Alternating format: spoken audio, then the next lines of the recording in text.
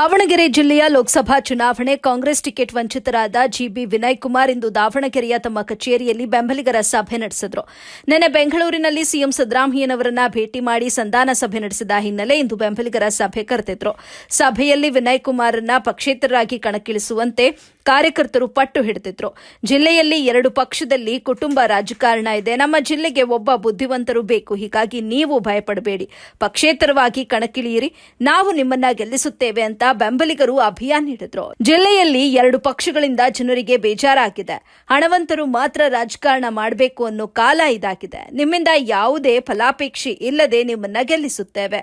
ನೀವು ಪಕ್ಷೇತರವಾಗಿ ನಿಲ್ಲುತ್ತೇವೆ ಅಂತ ಘೋಷಣೆ ಮಾಡಿ ಎಂದು ವಿನಯ್ ಕುಮಾರ್ಗೆ ಬೆಂಬಲಿಗರು ಮನವಿ ಮಾಡಿದ್ರು.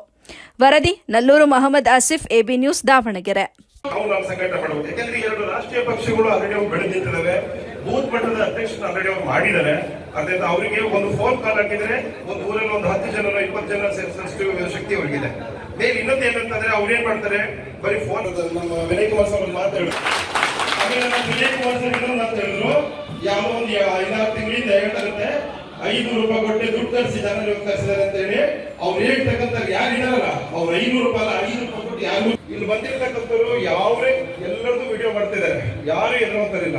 ಒಂದು ಸಿದ್ದರಾಮಯ್ಯ ಸಾಹೇಬ್ ನೋಡೋದಿರ್ಬೋದು, ಇನ್ನೊಂದು ಯಾರು ಬೇರೆ ಬೇರೆ ನಾಯಕರುಗಳನ್ನ